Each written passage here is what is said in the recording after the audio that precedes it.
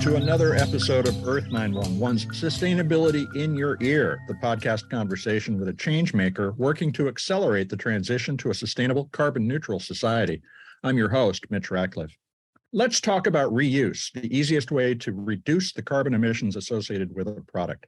Individuals are familiar with the idea of reusing something, but it's been difficult, in fact, almost impossible to put reuse programs to work in large institutional settings, such as corporate cafeterias, sports venues, hospitals, and schools, where hundreds or thousands of meals are served each day. The kitchens in those facilities are not set up to wash all the reusable containers. Our guest today, Carolyn Vanderlip, is CEO of Redish, a service that provides reusable food service items, collecting them and returning them to a washing facility each day, then delivering a fresh supply of containers to its customers. Redish containers offer several number 5 plastic, that's polypropylene, clamshell and round meal containers that are rented on a per-use basis to institutional customers. Customers are also provided with informational guides for diners and a branded set of containers that you can put the Redish empties in each day for collection. Redish claims that a company cafeteria that reuses an average of 500 containers instead of molded pulp single-use containers every business day for a year would prevent 125,000 items from going to a landfill. Also, it'll reduce water use by 67% and produce 77% fewer Scope 3 emissions, those emissions produced from sourcing, making, and shipping the single-use containers. The company has also declared its own zero waste goal, which it wants to achieve by next year, 2023. They already divert 76% of the waste in its facilities. There are many questions that come to mind, so let's dive into the Redish story. You can learn more about Redish at www.redish.com. Welcome to the show, Carolyn. How are you today? Great, Mitch. Thank you so much for having me on. Well, thank you. It was interesting to learn about Redish, and I wanted to find out more. So, you come from a background in media, education, technology. You and I have even worked for some of the same companies. What made food service an attractive place to apply your experience and all the lessons you've learned in your career in those other industries? It's a great question. By the way, you and I will have to, on the side, discuss that. It's not so much that I wanted to be in the food industry as I wanted to take the skills and experience that I'd had over the last decades and apply it to something with significant impact. And when you look at waste management as an issue and how we are addressing it or how we are not addressing it, it just seemed that we could really have some impact in that space that would be lasting.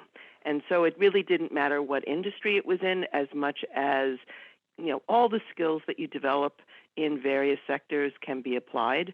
And I really wanted to apply those to a significant problem that we've got, which is waste.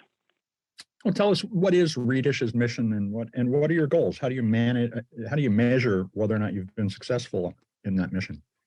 So Redish's goals are to address the problem of waste at scale. And our mission is to do this by offering both reusable products and, more importantly, the service to make them reusable, which essentially means the logistics and the infrastructure and the software that essentially allows for them to be used over and over again after they've been cleaned and sterilized. It is a huge issue in this country and around the world, but we can only tackle one area at a time.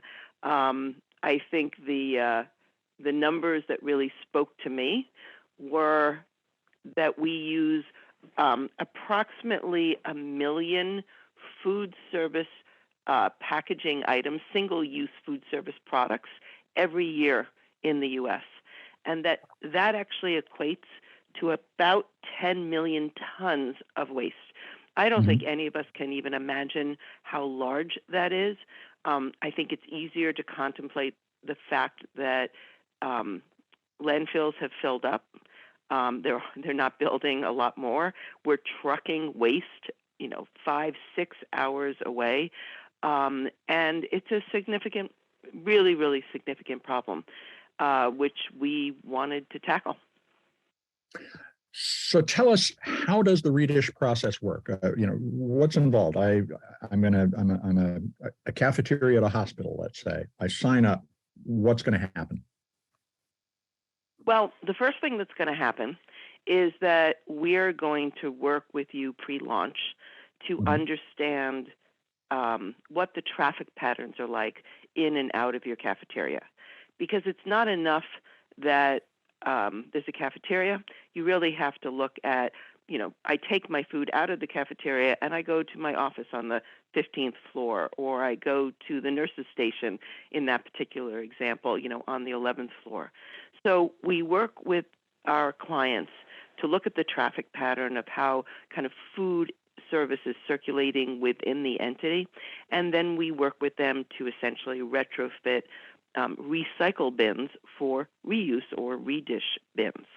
And in so doing, it's really easy for the employees, the students, depending upon which entity we're working with, to find the bin to put their redish in, because fundamentally, if you can't get the container back, it can't be reused. Right. So that's first and foremost. It's a change in behavior to move to reuse. We are a linear-oriented society. We manufacture, we consume, we throw away. Redish is trying to change that pattern, and we know that it's really hard to change consumer behavior. So we're trying to do it incrementally, not to put too many obstacles in that consumer, who in this case is an employee or a student's way. So once we launch with a client, which means they've got all this right signage up and they've trained both the back of the house as well as their front of the house, and they've got employee communication materials to explain the program, then it's no different than a linen service or a uniform service. We deliver 2 or 3 times a week. We pick up every day. We take the dirty containers back to our facility, which in the New York DMA happens to be in Brooklyn, where they are tracked, washed, sanitized, and repackaged for use the following day. So it's a completely circular system, which is very beneficial to the environment because it significantly cuts down on carbon emissions, water, and waste. So what types of organizations are using the service today? And you're operating only in the New York area at this point? Yes. Right now we're in New York. As they say, if you can make it here, you can make it anywhere. We've built our systems and our processes here and are in the process of actually selecting the next 2 markets that we hope to be in the first quarter of 2024. We have the greatest appreciation and respect for our clients. They're all Fortune 500 companies, including the largest tech company in search. You can guess who that might be. And we're really excited because we're launching shortly in one of the largest cultural institutions in New York City. But we're particularly proud of the work that we're doing with a number of charter and independent schools in New York, like School in the Square in Washington Heights, Polyprep in Brooklyn. What we've learned is that if you can educate a student when they're young about circular, the effects of that education reverberate throughout their lives, because then circular becomes their what they think about, and it really affects so many other aspects of their lives. You're absolutely right. You build that habit of looking for the deposit box to put it back. And we weren't raised that way, but kids could be. And then it becomes a matter of just regular behavior. Mitch, now, think of it this way. Think about it this way. Do you use plastic straws anymore? No. I mean, I didn't, when they banned plastic straws, my first reaction was, well, how will I drink my iced coffee? I don't even think about a plastic straw any longer. Same with plastic bags going to the supermarket. For the first 6 months after the ban, I can honestly say that I would forget often and feel really terrible when I got there. but now it's second nature. So I call it muscle memory. Yeah. And it's really not hard to create. And once you do, it's a behavioral change that will last a lifetime. Now, once you can make it anywhere if you make it in New York, but how big an area do you need in terms of population to support an investment in a new washing and reuse facility? Well, you've hit on a great issue because, of course, the infrastructure for that washing facility is expensive. Mm-hmm.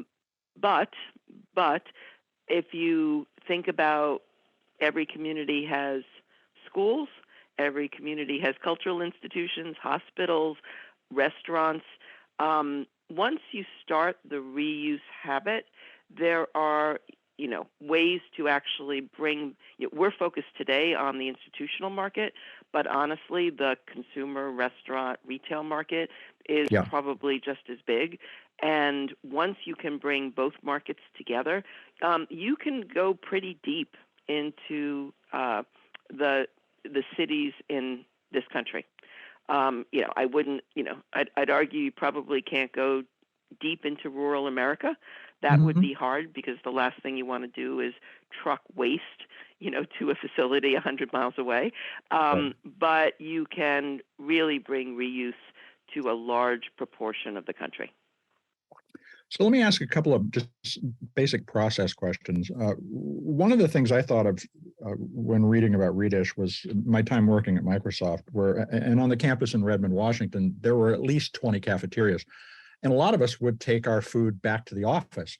So putting collection bins in enough places is a real challenge. How do you support an institution that has a disparate workforce around a central cafeteria facility? Do you put a lot of boxes in? And how do you train people to look for them? Absolutely. It's no different than a company, Fortune 500 company in New York that has 18 floors.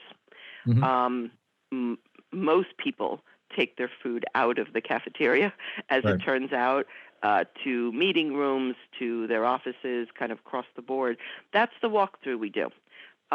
Most of these companies have pantries or some kind of collection center in those 20 buildings, on the floors of each of those 20 buildings, I suspect. So we just work with the current system. If you think about it, reuse is just another waste stream.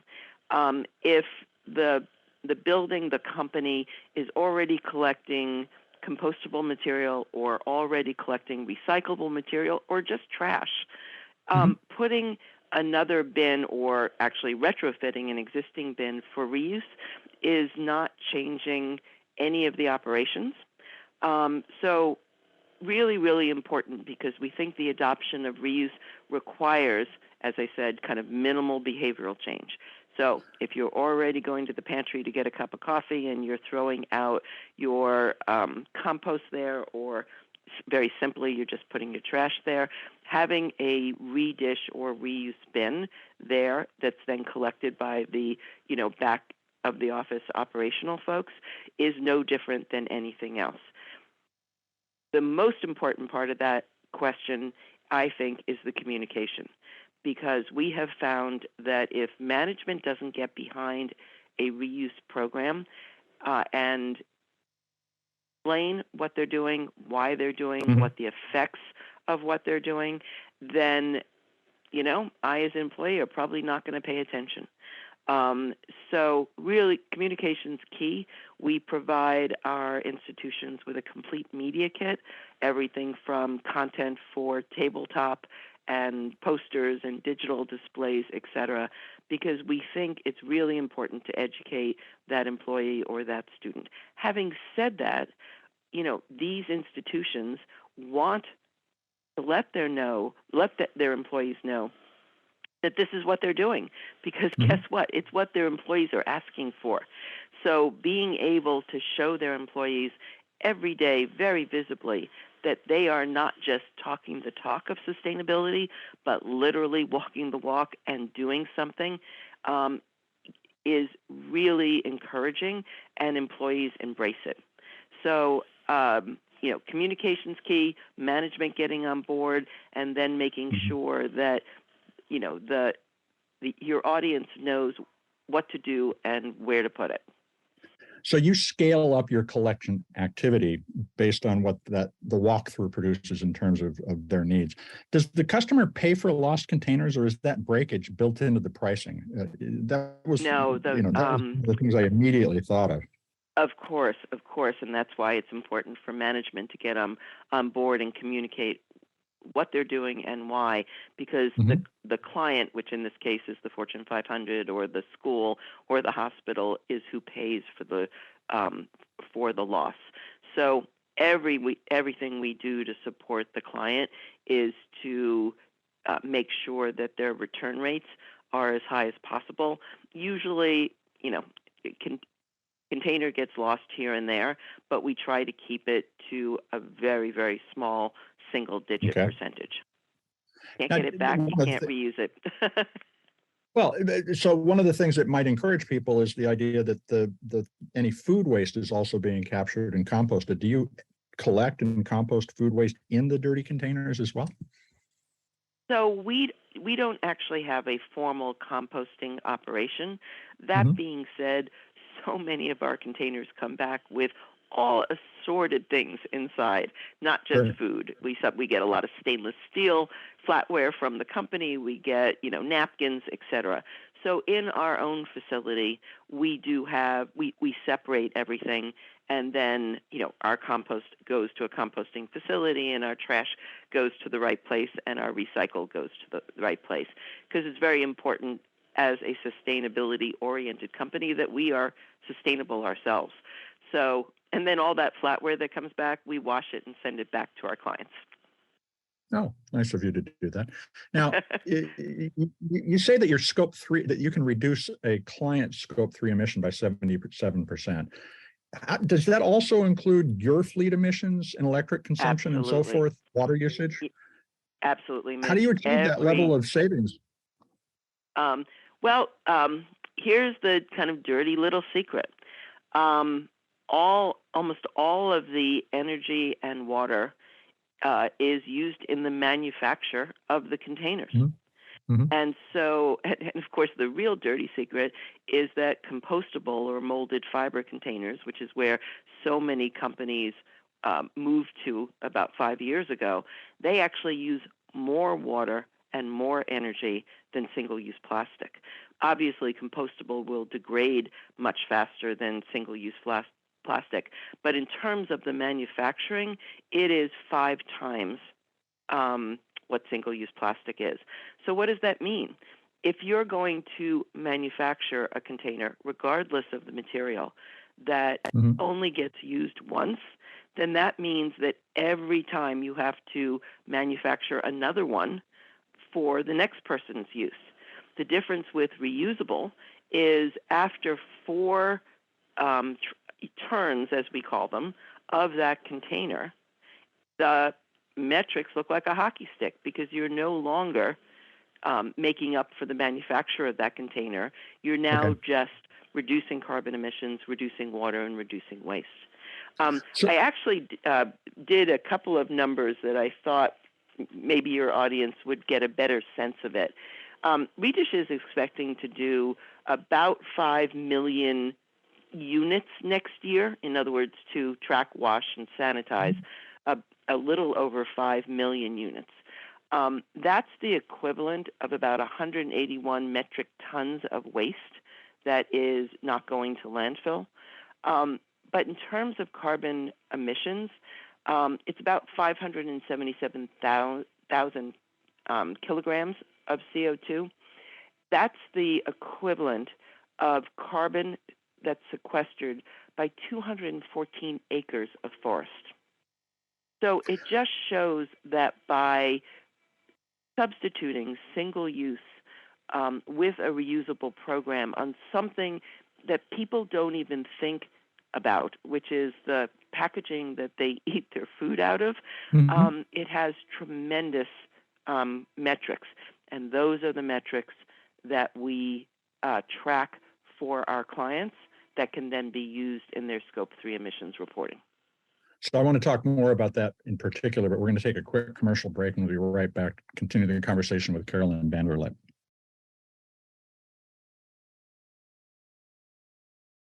We're back to continue the conversation with Caroline Vanderlip. She's the founder and CEO of Redish, a company that provides reusable food packaging for institutional customers like hospital cafeterias, sporting venues, and so forth. Caroline, one of the benefits you provide to your customers is the DishTrack dashboard, and it collects environmental impact information like you were just talking about before the break. How does it work? And what's the impetus driving the adoption of DishTrack amongst your customers? Well, DishTrack is really the software that we developed so that our customers had an easy way to understand not only the impact metrics, but also the inventory flow. So if you think about reuse and how different it is from single use, you buy your single-use containers. They come in a huge a pallet. It goes in a storage area, and over the next month you pull out what you need. Reuse is day in, day out. You don't want to, especially if you're in New York or in a high real estate area, the last thing you want to do is use a lot of space for packaging. So what we do is we provide about 2 to 3 days worth of packaging to our clients, and then track everything we collect on a daily basis and everything we deliver 2 to 3 times a week, so that they can understand across the 8 SKUs of product that we offer what they have in inventory, to make sure that they never have less than what they need. The other piece is that DishTrack actually establishes par levels for each of those SKUs, meaning that if I'm a client and, make it up, I need 500 9x9 entree-sized containers for my food service every day, and I want to make sure that I always have at least 1,000 on hand. The moment that dips below 1,000, it automatically triggers a notice to our operations folks that they need to deliver more of that size the next day when they go out. So it's a constant flow in and out, which is what reuse needs, whether it's reuse of our containers or reuse of gel packs. It doesn't matter what the product is. It can be applied across the board so that you understand that inventory flow. But really, what's important is to understand the metrics that are being accumulated and to be able to feed that back to your population, to encourage them to remember to put it in the right bin and reinforce why you've adopted this new system. So it's a constant reinforcement. And that makes a lot of sense. The whole idea of look what we've done together. We've been tracking it and here are the outcomes. But are companies also interested in using DishTrack data in their ESG reporting and potentially even absolutely. to monetize avoided emissions? They don't really use it to avoid emissions. They use it to show the sustainability initiatives. Getting Scope 3 data is one of the hardest areas to find for companies because it's your suppliers, and most suppliers do not track this data. So it becomes really useful for our clients to have that data, both for public consumption as well as internal consumption. If I'm an employee, I want that constant knowledge of why we're doing this program. So, we give our clients kind of impact reports, plus they can pull the data from DishTrack to be able to show that. But the other thing I wanted to mention, if you are an employee or a student, every container, cup, and plate that we produce has a unique barcode on the back. And if you scan that barcode, you'll actually see how many times that particular container has been washed and used and what the individual metrics are for that contribution that you're remembering to put in the right place. You could have a lot of fun with that in terms of gamifying. You could have a lot of fun. Absolutely. Now, you hit on a very important point, that the opacity of Scope 3 emissions generally. You have a very aggressive carbon neutrality goal too. When do you plan to reach carbon neutrality? Tell us about that process, your Scope 1 and 2 emissions. Absolutely. So we're working on that ourselves right now. We are close to 90% on waste diversion in our facility. Remember, we're bringing in all these dirty containers that have a lot of waste in it, so we have to make sure that we comply as well, and put everything where it needs to go. We monitor our water usage, our electric usage, etc. We unfortunately don't use EV trucks yet because they're very expensive for small companies, but we're hoping over the next 6 months that will change. So in general, we're looking at carbon neutrality in our own space, most likely in the next 6 months. Now, did the Inflation Reduction Act, which provides a lot of incentives for adopting EV fleets, change your planning at all? Do you see an opportunity for moving to those electric vehicles sooner as a result? I'm hoping so. And the reason why I say that is it's great to have incentives to move to electric vehicles. Remember, we're looking to move to electric trucks, and it's great to have that incentive as well. But the supply and demand curve here is not working in our favor. Almost every box truck that comes off the line has already been claimed.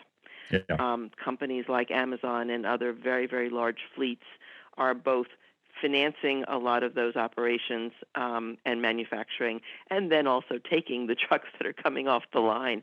So it's hard to find right now at a cost level that makes sense. But absolutely, we're hoping that some of the incentives that have been put in place will help change that game. Now, are you also sourcing low or no carbon energy? And is that challenging in the New York area? Well, it's mostly challenging because our facility in New York currently, excuse me, is in a building. We're at the old Pfizer lab in Brooklyn, and it's a 600,000 square foot building filled with mostly food service operations. And so we don't control where, what the building does as it relates to that, unfortunately. But we are over the next couple of years in New York, but certainly as we move into other markets, we will have much more control of the space because we'll be looking at warehouse space where we are the sole tenant of the space, and we should have much more flexibility in that selection process. Now, let me ask about the containers themselves, because our listeners are always interested in why people chose the particular plastic they did. You're using number 5 plastic, polypropylene. Why is that Correct. the best choice for a food container? Well, it's not a question of polypropylene versus other plastic. The reality is the only plastic that really stands up to the washing and usage multiple times is polypropylene. I think the question we get a lot is why plastic versus other materials. And we look at that constantly. After a 6-month review of every kind of material out there, it really came down to stainless steel and polypropylene. And unfortunately, stainless steel scratches so easily that it looks used very quickly. And part of our promise to our clients is that our containers will look like new, because who wants to eat out of a used container, something that's so visibly been used by other people? It's no different than going to a restaurant, which is, of course, primary reusable, right? You're eating off the same plate and drinking out of the same glass as somebody did probably a half an hour before you. But if you go to a restaurant and that plate is deeply scratched or smells or, has odors from prior food service, you're not going to frequent that restaurant again. So it's very, very important for us that, the containers that we use look pristine. And, just so you know, um, when we take a container out of circulation or out of rotation, as we do almost every day, because a latch has broken or because it looks scratched or has an odor or whatever, we actually send it back to our manufacturer, who takes it down into pellets and then uses those pellets for the lids of our coffee cups. So we are a completely closed loop system. Our goal is that those containers never get to landfill. So it's not the perfect solution because, of course, there is virgin plastic still being used in this product. But the other piece is we know that there's a huge amount of R&D going on right now, thankfully. Lots of companies looking at ways to, provide the properties of plastic without the fossil fuel implications. So we watch those. We keep in contact with them very closely and are waiting for one that will actually produce something that can withstand the washing and the high heat that we use to make sure that everything is sanitized. It's really encouraging to hear that you can build these regionally oriented closed loop systems around a very specialized waste stream like associated with food waste or food packaging waste. What's the roadmap for Redish? You've mentioned that you're going to open in a couple of more cities in the next year. Do you need to raise a lot of capital to make those expansions, or is just the ability to establish repeat revenue sufficient to finance the growth? Well, capital is needed, of course. That capital is equity today for the first couple that we will replicate. And then the hope is that we've shown how the business model works. To your point, we've got sufficient cash flow that we can actually finance many more implementations with debt facilities. Unfortunately, as an early stage company, they don't want to, companies don't want to provide debt at this stage, but we think we can make that turn over the next year. Our goal over the next couple of years is that we're in over 20 markets, that we can bring reuse into all of those urban areas. And also remember that when we, like in New York, we're in Brooklyn, but we actually service the whole New York City DMA. So we go as far as Westchester as well as down to mid-New Jersey, operating out of that Brooklyn facility. So the radius is actually quite large. So going into other markets, we think we can serve a very significant area. I'm curious, do you see other potential waste streams or food service related processes that you can get involved in and help make circular? Well, not so much food service processes, but I think there are a lot of other products that companies are now now trying to figure out if they can be reused rather than used once. I think the most obvious example is a gel pack.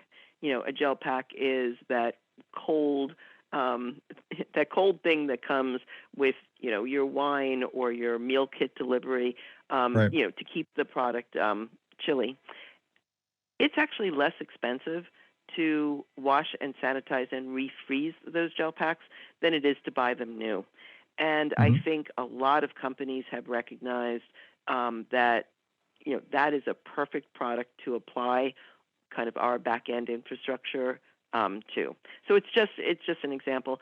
I also think there are a lot of policy initiatives now to make manufacturers more responsible for the life of their product and where that product ends up.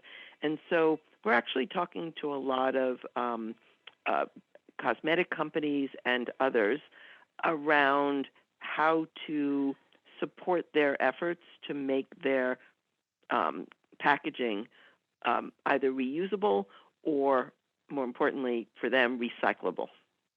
That's very interesting. I look forward to learning a lot more about that as you evolve. Caroline, how can a listener get their company involved? What do they need to do to start a dialogue with Redish?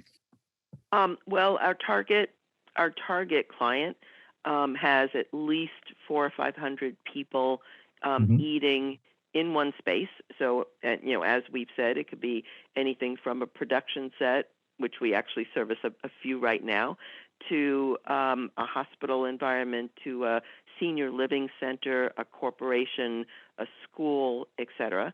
I think in most places, well, at least in most corporations, there are now chief sustainability officers.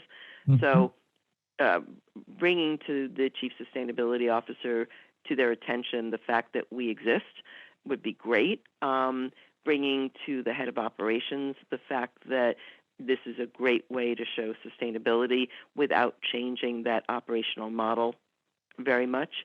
Those are the key people to talk to. We had a great story, and I'd love to convey it. At one of our clients recently, they had a town hall, and they were talking about a whole bunch of initiatives. And when the Redish initiative came up, the employees cheered. So I think fundamentally here, Mitch, employees need to be need to be aware that this program exists and be willing to bring it to the attention of their management, because we're all looking to be more sustainable. And what Redish offers those individuals is a way to contribute to the effects of climate change. You know, when we talk about things as big as climate change, I think we as individuals feel very little. Like, what can we do to have an impact here? And this is a great. It's a small way to make an impact, because climate change is so big, but it's real and it's every day. And taking it not just from your corporation or your school, but then kind of thinking about that in your everyday life, we can have real impact. And that's the passion. That's the mission. Well, Caroline, I want to thank you for taking time to talk with us today. Well, thank you, Mitch. Thank you for having us on. And I hope we can come back at some other point with, real news of growth and metrics for you and your listeners. I look forward to it. Thank you so much.